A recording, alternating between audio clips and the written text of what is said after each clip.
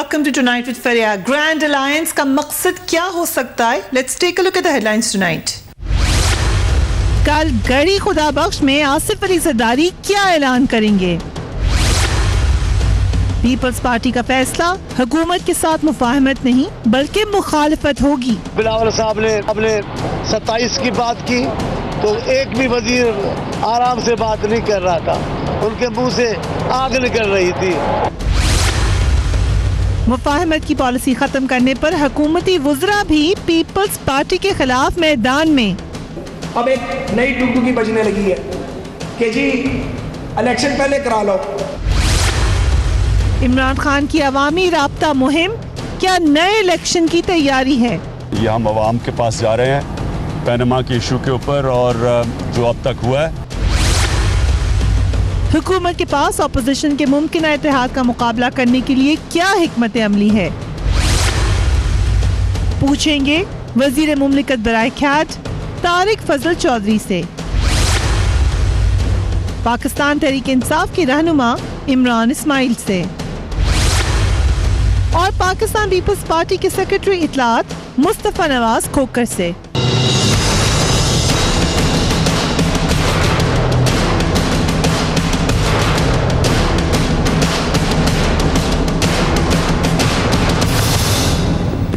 And a very warm welcome to the show. साबिक सदर आसिफ जरदारी की जो वापसी है वो तो खबरों में थी ही, मगर अब जो सियासी सरगर्मियां हैं वो भी बहुत अहम है। कहा जा रहा है कि कल गढ़ी खुदा बख्श में एक अहम ऐलान करने जा रहे हैं। इलेक्शन से इतने करीब हो नहीं सकता कि इस ऐलान का ताल्लुक मुफाहमत की पॉलिसी से हो। चौधरी शुजात के साथ आज उनकी अहम मुलाकात भी हुई और लग ये रहा है कि आगे आने वाले दिनों में पीपल्स पार्टी एक टफ ऑपोजिशन बनने की एटलीस्ट ऑप्टिक्स जरूर देगी, कोशिश जरूर करेगी, जिसका मुजाहरा आज हमने देखा मौला बख्श चांडियो साहब ने किया। Let's listen to him right now. मुफाहमत जमहूरियत के लिए है, नून लीग से अब झगड़ा है, अब नून लीग को जाना पड़ेगा। नून लीग अकल के अंधों की जमायत है, नून लीग तंग नजरों की जमायत है, नून लीग उन लोगों की जमायत है जो अपनी नाक से आगे नहीं देखते और जो सियासी बातें खत्म हो जाए तो गालियों पे उतर आते हैं, जो खानदान पे बोलते हैं। अब उनसे कोई मुफाहमत नहीं हो सकती है। जवाबी तौर पर हुकूमती वुज़रा भी इतने ही तल्ख लहजे में बात कर रहे हैं। ख्वाजा साद रफीक जो बहुत कोशिश करते हैं कि बयानात केयरफुली दें, उन्होंने क्या कहा? Let's listen to him. अपने पीपल्स पार्टी के दोस्तों की खिदमत में ये गुजारिश करना चाहता हूं कि भुट्टो मरहूम का दौर हमारी नजर में सिविल आमरीत का दौर था, वो कोई अच्छा दौर नहीं था। और अगर ये इलेक्शन पहले करा लो कि डुगडुगी उन्होंने बजाई, जिनके दिन हमने हाथ पकड़ के पूरे कराए थे, तो उन्हें आईने में अपना चेहरा देखना चाहिए। इलेक्शन अर्ली जो कॉल करने की बात है ये नई नहीं है, इससे पहले पाकिस्तान तहरीक इंसाफ भी मुतालबा कर चुकी है। हमारे इंटरव्यू में इमरान खान साहब ये बात कह चुके हैं। जब ये सवाल मैंने खुद प्राइम मिनिस्टर ऑफ पाकिस्तान से किया तो प्राइम मिनिस्टर मुस्कुराए, बल्कि वो हंस पड़े। उन्होंने कहा मैं इस पर क्या तबसरा करूं, इस वक्त अर्ली इलेक्शन की क्या वजह हो सकती है? इमरान खान साहब का किरदार इसमें अहम है। क्या पीपल्स पार्टी और पीटीआई मिलकर अर्ली इलेक्शन का मुतालबा कर सकते हैं? पीपल्स पार्टी ये पहले ही कह चुकी है कि वो अपने 4 निकाती प्रोग्राम को ज़रूर इम्प्लीमेंट करवाना चाहती है। बैकग्राउंड में पैनामा लीक्स का मामला क्या अब सिर्फ इलेक्शंस के लिए इस्तेमाल किया जाएगा? These are the questions we will ask after a break. Keep watching tonight with फरिया।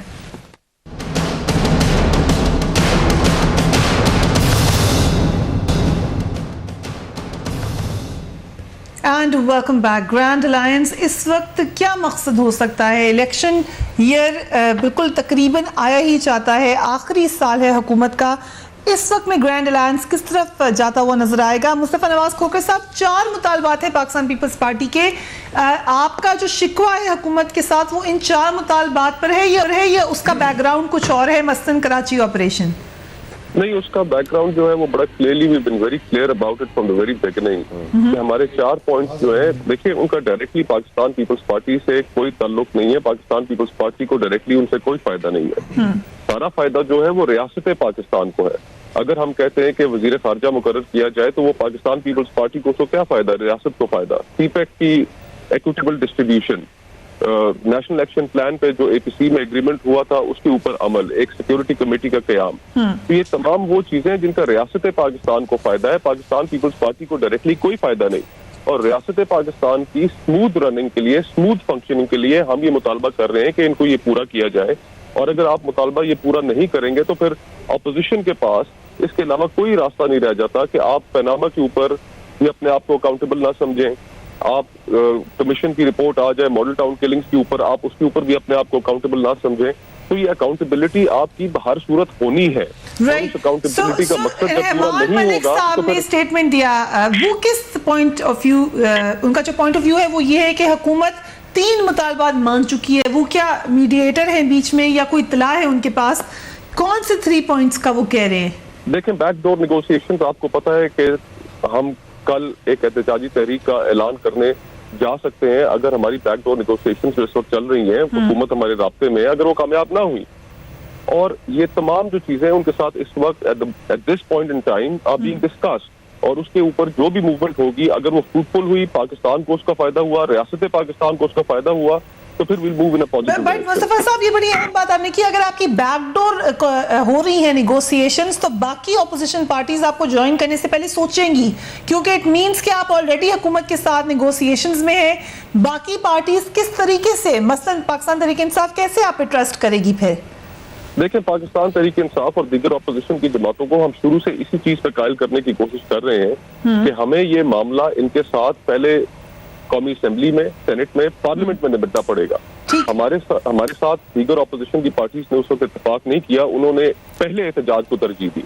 अब आप देखिए कि सेनेट के अंदर भी हमने जो बिल पास किया उसका मकसद सिर्फ और सिर्फ ये था कि प्राइम मिनिस्टर को, प्राइम मिनिस्टर की फैमिली को अकाउंटेबल बनाया जाए और दीगर लोगों को भी जिनके पनामा के अंदर नाम आए। अब वो बिल गया है नेशनल असेंबली की तरफ, तो अब नेशनल असेंबली में भी उसको हम उसी तरह टेकअप करेंगे विगरसली जिस तरह हमने उसको सेनेट में किया है। गो के नेशनल असेंबली में अददी बरतरी जो है वो गवर्नमेंट को हासिल है, लेकिन अगर तमाम अपोजिशन की जमातें मिल जाएं और मिलकर अगर वो एहतजाजी तहरीक चलाएं और एक यूनिफाइड स्टांस लें तो फिर हुकूमत के लिए इस चीज को बाईपास करना बहुत मुश्किल हो जाएगा। Right, let's bring in Pakistan Tehreek Insaf Imran Ismail साहब। कहा इमरान खान साहब ने कि वो इंतजार कर रहे हैं आसिफ अली ज़रदारी साहब क्या ऐलान करने जा रहे हैं। अभी मुस्तफ़ा साहब ने ये कहा है कि बहुत मुमकिन है कि हम एक एहतजाजी तहरीक चलाएं हुकूमत के खिलाफ। पाकिस्तान तहरीक इंसाफ क्या उसमें शामिल हो सकती है? देखिए फरिया, अभी तो पहले हमने देखना है कि कल ये क्या ऐलान करेंगे, क्योंकि अब तक जो इतलात हमें आ रही हैं, आई मे बी रॉन्ग, लेकिन मुर्जा करेक्ट कर सकते हैं मुझे, कि अब तक जो इतलात आ रही हैं, जो प्रोग्राम बिलावल भुट्टो ने बनाया था एहतजाज का, या जो वो गेयर अप कर रहे थे माहौल को, वो जरदारी साहब के आने के बाद से वो एकदम से उस पर एक ठंड पड़ गई है, उस प्रोग्राम पे वो ठंडा हो गया है। और अब मामला जो हैं वो एक डिप्लोमेसी के तहत तय करने की कोशिशें शुरू हो गई हैं, जिसके लिए जरदारी साहब फेमस हैं कि वो मामले को जो बैठ के बात करके और तय करके करना चाहते हैं, या वो बैकडोर डिप्लोमेसी ज़्यादा प्रेफर करते हैं instead of coming to the streets या टेकिंग द स्ट्रीट्स। तो वो अब हमें ये नज़र आ रहा है कि शायद कल कोई बड़ा सॉफ्ट सा कोई ऐलान पीपल्स पार्टी की तरफ से होगा। जो एग्रेशन, जो एग्रेसिव टोन, जो एग्रेसिव एक्शंस नज़र आ रहे थे जरदारी साहब के आने से पहले, वो अब पीपल्स पार्टी के नज़र नहीं आ रहे हैं। तो अभी हमें इंतजार करना है। पाकिस्तान तहरीक इंसाफ को peoples party under Bilawal Bhutto में ज्यादा उम्मीद नजर आ रही है as compared to peoples party under Asif Ali Zardari साहब। Am I correct? You may say that, लेकिन देखें पीपल्स पार्टी के अंदर भी बड़ा विजिबल एक डिवाइड है। एक डिवाइड जो हमें नजर आता है पंजाब के अंदर, हमें कमरुज़्ज़मान कायरा की सूरत में, हमें नदीम अफजल चंद की सूरत में, या हमें एतजाज अहसन की सूरत में जो नजर आता है, या फिर हम दूसरी तरफ हम जो सिंध वाला डिवाइड देखते हैं वो एक बिल्कुल एंटायरली डिफरेंट रास्ते पे जाना चाहता है। तो अब देखना ही है कि पीपल्स पार्टी में क्या डिसाइड करते हैं। क्या वो बैकडोर डिप्लोमेसी या ये कह लेंगे गवर्नमेंट से नेगोशिएट करके अपने 4 में से 2 चीज़ों पर राजी हो जाते हैं, ये कि वो जी चौधरी निसार अपनी जगह पे रहें, पनामा लीग्स का मामला अपनी जगह पे रहे, और बाकी 2 चीज़ें वो मान जाए और People's Party as a winner बाहर आना चाहती है, या पीपल्स पार्टी हकीकी तौर पे अब ये फैसला कर चुकी है कि उन्होंने अपोजिशन के साथ मिलके पनामा लीग्स के ऊपर जो उन्होंने वादा किया था उसको वो पाए तकमील तक पहुंचाना चाहते हैं। देखिए ना, मुझे बड़ा वेरी वेल सेड मुझे जुमला कमरुज़्ज़मान कायरा का याद आता है कि उन्होंने ये कहा कि जी पीपल्स पार्टी जो है वो शूद्रा है और नवाज शरीफ वाले जो हैं बरमन है, whenever things goes out to the इदारों के पास जब मामला जाते हैं तो नवाज शरीफ के मामले को डिले कर दिया जाता है और पीपल्स पार्टी के इन्हीं की बात कर रहा हूँ उसके फौरन एक्शन हो जाता है। आप डॉक्टर आसिम का ले लें या आप कोई और मामला पीपल्स पार्टी के देख लें, भुट्टो साहब की हैंगिंग से लेके अब तक हमने ये देखा है कि बहुत स्पीड से फैसले होते हैं। हमने यही फैसले हम चाहते हैं कि सारे मुल्क में सिंगल एक निज़ाम हो इंसाफ का, चाहे वो नवाज शरीफ का खानदान हो, शाही खानदान हो, चाहे वो भुट्टो खानदान हो, चाहे वो पीपल्स पार्टी हो, चाहे पीटीआई हो, चाहे कोई भी हो, लेकिन एक निज़ाम होना चाहिए। ये निज़ाम तो नहीं होना चाहिए। ये तो आप इदारों से शिकायत कर रहे हैं, ये आपकी शिकायत तो डायरेक्ट इदारों से हो गई है। इदारे तो नवाज शरीफ ने अपने अंडर लिए हुए हैं, डायरेक्ट मुद्दा है आपका। सारे इदारे नवाज शरीफ ने अपने अंडर लिए हुए हैं, प्राइम मिनिस्टर के अंडर है। ठीक, चलिए let's ask PML then doctor Tariq Chaudhry हमारे साथ मौजूद हैं। सर, पीपल्स पार्टी के खिलाफ एक तो आवाज़ों में तलखी नजर आना शुरू हो गई है वज़रा के, कितना संजीदा ले रहे हैं आप ग्रैंड अलायंस की थ्रेट को? पीपल्स पार्टी लीड करती हुई नजर आ रही है आपको? बिस्मिल्लाहिर्रहमानिर्रहीम। लेकिन पहली बात तो ये है कि ऐसी कोई ख़ास बात नहीं है कि आप ये कहें कि अभी कोई वज़रा के लहजों में कोई तलखी आ रही है या ये किसी ख़ास बयान के तनाज़ुर में है। बुनियादी तौर पर पॉलिटिक्स में हर जमात के अंदर मुख्तलिफ तर्ज़ की या मुख्तलिफ स्टाइल की सियासत करने वाले लोग होते हैं और ये सिर्फ पाकिस्तान मुस्लिम लीग नून में नहीं है, ये सारी जमातों में ऐसा है। बाज़ लोग बहुत शीरी लहजे में बात करते हैं, बाज़ बात वही होती है, थोड़ा सा उनके लहजे के अंदर जो है वो ज़रा रुब दाब ज़्यादा होता है। तो ये कोई ऐसी माइंड करने वाली बात नहीं है, ये बात आपको हर जमात की तरफ से नज़र आती है। पहली बात ये। दूसरी बात ये है कि जहाँ तक ग्रैंड अलायंस का ताल्लुक है तो हम तो अपोजिशन को हमेशा ही अपोजिशन की नज़र से देखते हैं। ये ज़रूर रहा कि अपोजिशन ने बाज़ ऐसी चीज़ों के ऊपर जिसमें शायद वो समझ रहे थे, जिस तरह पाकिस्तान तहरीक इंसाफ है, उन्होंने एक मौक़िफ़ अपनाया हमारे ख़िलाफ़ और पाकिस्तान की बाकी जो सियासी जमातें जो इस वक्त अपोजिशन में हैं उनके साथ मिल के उनका अपना एक स्टैंड था। लेकिन उसके बाद आपने देखा कि तहरीक इंसाफ ने अपनी एक सोलो फ्लाइट ली और जो मुतफ़िका अपोजिशन की राय थी या ओपिनियन थी उससे उन्होंने डिफ़र किया और बाकी सारी जमातों को अपोजिशन को छोड़ के उन्होंने अपना एक अलग रास्ता इख्तियार किया। बहरहाल ये उनके इख्तियार में है। अभी तो नजर आ रही हैं, ये हो सकता है कि पीपल्स पार्टी पीटीआई इकट्ठे हो जाएं या आप इनको बिल्कुल अलग अलग देख रहे हैं, which is good news for the government अगर अपोजिशन नहीं इकट्ठे होती। बात यह है कि ये बात पाकिस्तान की कौम देख चुकी है कि पीपल्स पार्टी की जो सियासत है वो एक मैच्योर सियासत है, बिटवीन द लाइंस एक सियासत है। उन्हें दो जो आप ये कहें कि जो इंतहा होती हैं, एक्सट्रीम लिमिट्स होती हैं, वो उन्हें पता है सियासत की क्या है और कहाँ रह के सियासत करनी है। पाकिस्तान तहरीक इंसाफ का प्रॉब्लम यह है कि उनकी कोई लिमिट्स नहीं है। वो गालियाँ देनी हो, एहतजाज करना हो, शहर बंद करने हो, मुल्क बंद करना हो, दंगा फसाद करना हो, किसी की पगड़ी उछालनी हो, किसी को बेइज्जत करना हो, इल्ज़ाम तराशियां करनी हो, ये वो करते हैं। आप लोगों ने भी बड़ा एहतजाज करते रहे ऑपोजिशन में, बजट पेश नहीं होने देते थे, शोर इतना आप मचाते थे, वॉक साफ करते रहे, सड़कों पे घसीटने की बातें करते रहे। सर, ये सब तो आप लोग के ज़माने में भी हो चुका है। मैंने आपसे ये कहा है कि हर सियासी जमात के अंदर मुख्तलिफ तर्ज की सियासत भी होती है, मुख्तलिफ तरह से ग्रैंड अलायंस तो आपके ज़माने में भी बन रहा था सर। बिल्कुल बन रहा था, ये कोई गलत बात नहीं है। बातें तो आपके ज़माने में भी हो रही थी। सवाल कुछ और किया था, मैंने उस तनाजुर में जवाब दिया था कि दोनों जमातों का जो तर्ज सियासत है वो मुख्तलिफ है, ठीक। लेकिन जहाँ तक ग्रैंड अलायंस का ताल्लुक है, हुकूमत ना तो ग्रैंड अलायंस से कोई खौफजदा है, हमें ये पता है हमने क्या करना है। हम जो अपना एक तरीकाकार है, हमारा अपना जो मंशूर है, जो एक मंजिल सामने रख के हम अपने काम कर रहे हैं, अपने टारगेट से अचीव कर रहे हैं, हम उस समझ में लगे हुए हैं। लिंक्ड है कराची ऑपोजिशन से, बैकडोर आप लोगों की जो बातचीत हो रही है उसमें सिर्फ 4 निकात पे बात हो रही है या कराची ऑपरेशन के हवाले से भी बात हो रही है? देखिए, कराची ऑपरेशन के जो भी खदशात रहे हैं, चाहे वो पाकिस्तान पीपल्स पार्टी के हों, चाहे वो MQM के हों, हुकूमत ने हमेशा उन्हें संजीदगी से सुना है और हमने उन्हें हमेशा दूर करने की कोशिश की है हद्दुल इम्कान जो उनके शिकायत या शिकवे जायज़ थे। अब जहाँ तक बात है, आपने कहा कि वो इकट्ठे होकर कोई मुहिम चलाएं या कोई ऐसी बात करें, तो दे आर मोस्ट वेलकम, वो उनका एक आईनी हक है। मैं सिर्फ एक चीज़ देखता हूँ और मुझे उम्मीद है कि पाकिस्तान में सियासत अब इतनी मैच्योर और इतनी तंदुरुस्त हो चुकी है कि अब सियासी जमातें ये ज़रूर जानेंगी कि सियासत की जो हद अदब है वो कहाँ ख़त्म होती है और बदतमीज़ी जो है वो कहाँ से शुरू होती है। You're confident about that? Very much confident. अच्छा, मैं पूछूंगी क्यों कॉन्फिडेंट है in a while, but let's go to Mustafa साहब। मुस्तफ़ा खोखर साहब, साबिक सदर आसिफ ज़रदारी साहब ने एक अहम स्टेटमेंट आज ये दिया है कि अनवर मजीद के कारोबारी इदारों पर छापों के मुतालिक वज़ीर दाखिला बताएंगे। क्या आप इनको पॉलिटिकली मोटिवेटेड छापे समझ रहे हैं अभी भी? Of course. देखिए, हमारा तो पहले से ये पॉइंट ऑफ व्यू रहा है कि जितनी दहशतगर्दी के खिलाफ कार्रवाइयां हो रही हैं, जो नेशनल एक्शन प्लान है, उसमें सिर्फ बाकी सूबों में अमल क्यों हो रहा है, पंजाब में उसमें अमल क्यों नहीं हो रहा। जब आपकी बैंड आउटफिट्स के लोग वजीर दाखिला से मिलेंगे, आप काजी फायज ईशा कमीशन उठा के रिपोर्ट देखें, उसके अंदर कैटेगोरिकली और क्लियरली और स्क्वायरली सारी रिस्पॉन्सिबिलिटीज और ब्लेम जो है वो इंटीरियर मिनिस्टर के ऊपर डाला गया है। अब जितनी ये डॉक्टर साहब ने अभी गुफ्तगू की, उसमें क्या ही अच्छा होता है कि डॉक्टर साहब अगर उसमें पैनामा कमीशन का जिक्र करते, उसके अंदर काजी फायज ईशा कमीशन की रिपोर्ट का जिक्र करते, मॉडल टाउन किलिंग्स की रिपोर्ट का जिक्र करते। ये वो तमाम चीजें हैं कि जिनकी वजह से इस वक्त अवाम का और अपोजिशन का पेशेंस खत्म होता जा रहा है, और इवेंचुअली हमारे पास कोई रास्ता नहीं रहेगा कि हम अवाम की सही तर्जुमानी करते हुए अपोजिशन का वो रोल अदा करें कि जिसमें फिर हम डायरेक्टली हम भी सड़कों पर आ जाएं और कहें कि नहीं, अब बस बहुत हो चुकी, आप अपने आप को किसी ना किसी तरीके से अकाउंटेबल बनाइए। अब अकाउंटेबिलिटी अगर बिल्कुल नहीं होगी, आपका ये रवैया रहेगा कि हमारे ऊपर बैरूनी दुनिया में इल्जाम लग जाए, करप्शन के इल्जाम लग जाए, हमारी गवर्नेंस के ऊपर इल्जाम लग जाए, हमारे ऊपर दहशतगर्दों का साथ देने का इल्जाम लग जाए, लाहौर में लोगों को मारने का इल्जाम लग जाए, और ये सारी वो चीजें। मैं सिर्फ छोटा सा कमेंट करना चाहूँगा, जो उन्होंने बात की अकाउंटेबल होने की, तो मैं उनसे पूछूंगा, वो खुद भी बैरिस्टर हैं और मेरे हल्के से हैं, मेरे बड़े अच्छे दोस्त भी हैं मुस्तफा साहब, हम इकट्ठे 3 इलेक्शन लड़ चुके हैं। मैं उनसे एक सवाल करता हूँ कि अकाउंटेबिलिटी का क्या मतलब है? क्या अपोजिशन जो है वो अपनी गर्दन, हुकूमत अपनी गर्दन अपोजिशन के हाथ में दे दे?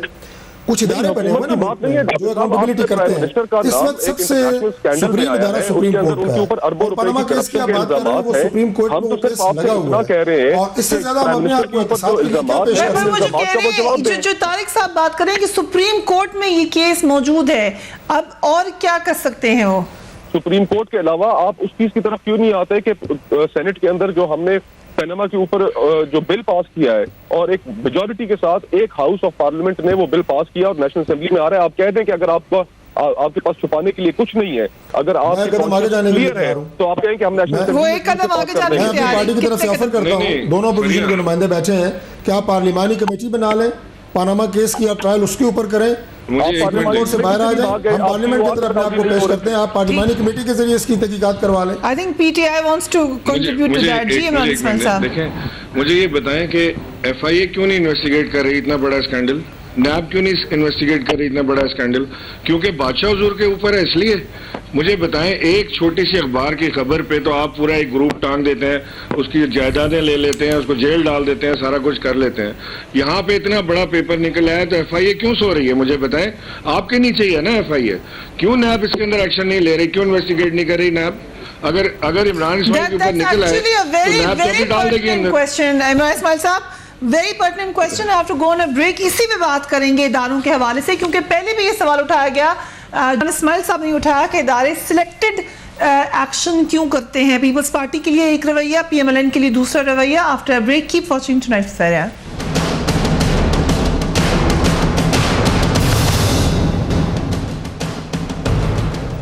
And welcome back. वक्फे पे जाने से पहले खास तौर पे डॉक्टर तारिक फजल चौधरी साहब ने भी बात की, and the question is to you Imran Ismail sahab, के मामला सुप्रीम कोर्ट में है पैनामा लीक्स का।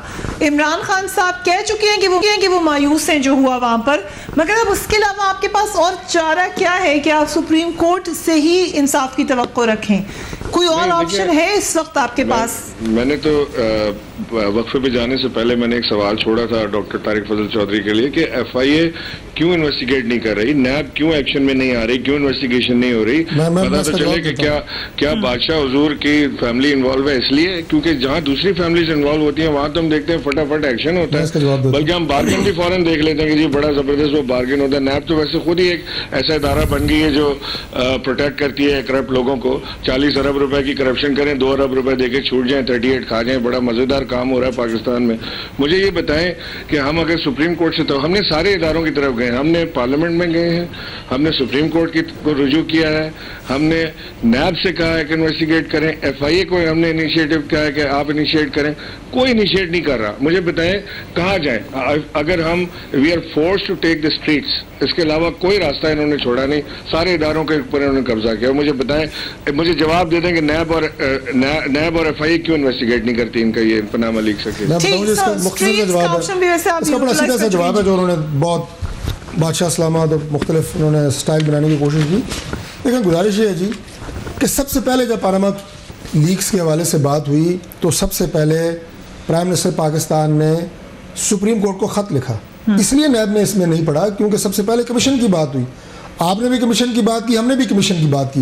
इख्तलाफ किस चीज़ के ऊपर था? आपका TORs के ऊपर इख्तलाफ था। तो जब आपका TORs के ऊपर इख्तलाफ था और कमीशन की बात हो रही थी तो यकीनन उस वक्त नैब और FIA वो तहकीकात नहीं कर सकती थी मेरे इल्म या मेरे नॉलेज के मुताबिक। दूसरी बात यह है कि मैं ऐसी बात ना करें तारिक साहब, आपका जो साहब ऐसी बात ना करें, ऐसी बात ना करें, वो बात करें जो सुनने में भी कम से कम आदमी को समझ तो है कि आप पाकिस्तान के दारुल हुकूमत को बंद कर रहे थे इस बुनियाद के ऊपर कि जनाब कमीशन बनना चाहिए, और जब तक कमीशन नहीं बनेगा आप अपने आप को एहतसाब के लिए पेश करें, कमीशन बनाएं, वरना हम इस्लामाबाद को बंद कर देंगे। आखिरी जब पेशी हुई सुप्रीम कोर्ट की, सुप्रीम कोर्ट ने कहा हम कमीशन बना रहे हैं, इमरान खान साहब ने मैं बाइकाट कर जाऊंगा, मैं सुप्रीम कोर्ट का बाइकाट कर जाऊंगा। आपने अभी बताया एक ही वक्त में 2 यू टर्न ले तो W टर्न कहते हैं उसे। यदि आप कमीशन के लिए लड़ रहे हैं, कमीशन के लिए एहतजाज कर रहे हैं, तो जब कमीशन बनने की बात सुप्रीम कोर्ट ने की तो आपने कहा हम आपकी प्रोसीडिंग से बाइकॉट करेंगे। अब ये रीजनिंग है FIA और नैब के देखिए शुरू दिन से ये केस जो है सुप्रीम कोर्ट के लेवल के ऊपर डील हुआ है। ओके, ये थाना कचहरी के लेवल के ऊपर तो हो ही नहीं सकता था। पहले दिन से आपका मुतालबा ये था, this is what the government believes. जिस दिन से पनामा लीक्स का पेपर आया है उस दिन से मुझे बता दें FIA और नैब ने क्या काम किया। इनकी आवाज जरा कम हो गई, कुछ भी नहीं किया। नैब और FIA ने क्या काम किया इनके साथ? कोई काम नहीं किया। इनको कौन सी इंटेरोगेशन हो गई, कहाँ पे उन्होंने इन्वेस्टिगेशन शुरू की? कुछ नहीं किया। सिर्फ इसका वजह यह है कि वो जनाब बादशाह हुजूर की फैमिली इन्वॉल्व है, उसके खिलाफ इन्वेस्टिगेशन नहीं हो सकती है। कहते हैं कानून ही नहीं है। भाई वो कौन सा कानून है जिसके तहत आपने डॉक्टर आसिम को लटकाया हुआ है?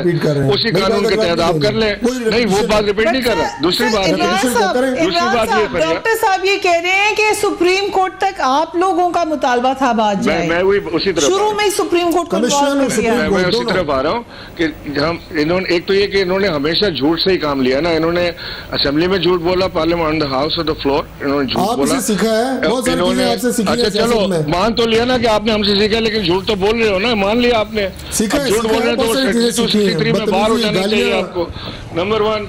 नंबर 2, नहीं गालियों में तो आप खुद कफील है सर, गालियों में आप खुद कफील हैं। आपने जो 2 मुस्टंडे रखे हुए ना, वो उनका काम ही यही है कि नई नई गालियां सीखें और शाम को आके दें। वो तो आपका काम ही यही है, आपने सीखा हुआ है, वो हमें सिखाने की जरूरत आपको नहीं पड़ी उसमें। देखिए बात ये जो सुप्रीम कोर्ट की जो हियरिंग थी, हमने पहले दिन कहा था कि जी आप ये कमीशन बनाएं। सुप्रीम कोर्ट ने कहा कि जी हम सुन लें, हमने कहा जी बिस्मिल्लाह आप सुन लें। जब वो सारी उन्होंने हियरिंग कर ली, जब फैसले का वक्त आया तो उन्होंने कहा कि जी हम इस पर कमीशन बना रहे हैं। उस पर हमें इतराज था कि जी आप ये सारा टाइम आपने लिया, वी ट्रस्ट यू, आप डिसीजन दे दें, भले आप नवाज शरीफ के फेवर में दे दें, कह दें कि जी सारी बकवास है, कुछ भी नहीं है, लेकिन आप डिसीजन दें। उन्होंने कहा नहीं जी हम अब कमीशन बनाने जाएंगे और वो कमीशन अब शुरू से सुनेगा। हम उस पर भी हमने मोहम्मद सदक सुप्रीम कोर्ट की हर पेशी पे खुद जाता रहा हूँ अपनी पार्टी की तरफ से। मैं आपको क्लैरिटी दे देता हूँ, सुप्रीम कोर्ट ने यह कहा था कि मैं इब्तदाई तौर पे सुप्रीम कोर्ट के तर्जुमान ना बने, देखने के बाद ये फैसला रिजेक्ट करना है या कमीशन बनना है। आप सुप्रीम कोर्ट के तर्जुमान ना बने, आप अपनी पार्टी के तर्जुमान बने, अपनी सुप्रीम कोर्ट के तर्जुमान ना बने। जो मैं पार्टी की बात की है वो सबको पता है, मैं पार्टी की बात सुप्रीम कोर्ट ने कहा वो सबको पता है। आप अगर हर पेशी में जाते रहे तो हमारी तरफ से मैंने कहा कि मैं अपनी पार्टी की तरफ से हर पेशी में जाता रहा हूं। इस्माइल साहब, इस वक्त आपको क्या सुप्रीम कोर्ट के फैसले से मायूसी है? देखें हमें देखें ये जो डिले टैक्टिक्स है ना, हमें इस पे बड़ी मायूसी होती है कि सुप्रीम कोर्ट डिले टैक्टिक्स कर रहा है। नहीं, सुप्रीम कोर्ट ने पूरा केस सुना। देखिए ऐसा ना हो कोई कंटेम्प्ट हो जाए, मैं ऐसी बात नहीं करना चाहता।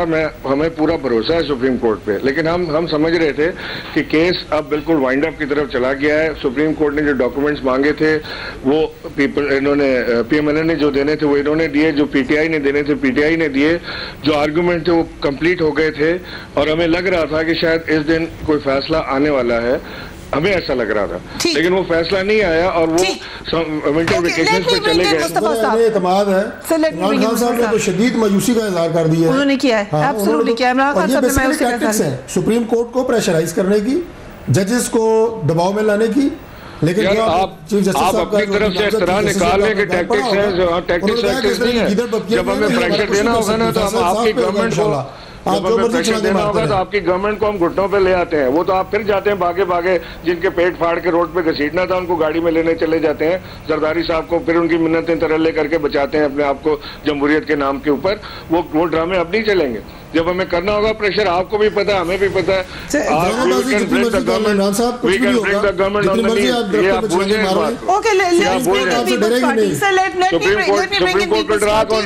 मुस्तफा साहब, एक पीटीआई का मुतालबा ये भी है कि इलेक्शन जल्दी करा दिए जाए 2017 में। इस हवाले से जरदारी साहब ने कैटेगोरिकल बयान दिया है कि इलेक्शन अपने वक्त पर ही होंगे। और अभी इमरान साहब ने भी यही कहा है कि लग रहा है कि आसिफ जरदारी साहब के आने के बाद से पीपल्स पार्टी की जो धुआंधार पॉलिटिक्स की एक कोशिश थी उसके ऊपर पानी छिड़का जा रहा है। क्या आप दोबारा मुफाहमत की तरफ जाएंगे? देखिए, नॉट एट ऑल।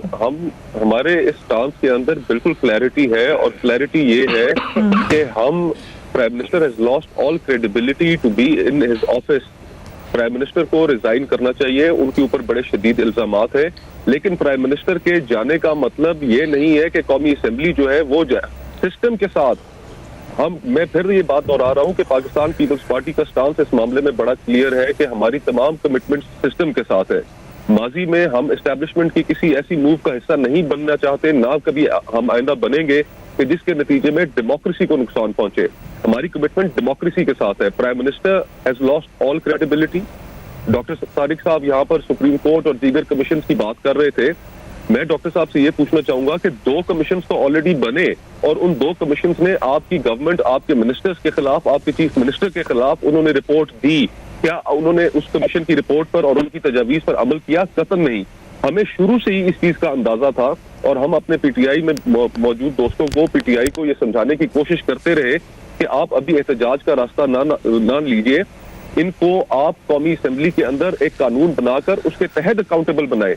जब इस तरह की कमीशन की रिपोर्ट आ जाती है, हुकूमत उनको किसी खाते में नहीं लाती और उनको रद्दी की टोकरी में फेंक देती है, और हमें एक कानून लाना पड़ेगा। और वही कानून हमने सेनेट से पास किया, जिसके अंदर हमने ये लिखा है और ये तो पीपल्स पार्टी की स्ट्रेटजी होगी। मुस्तफा साहब, इसमें अर्ली इलेक्शन की डिमांड तो कहीं नहीं है।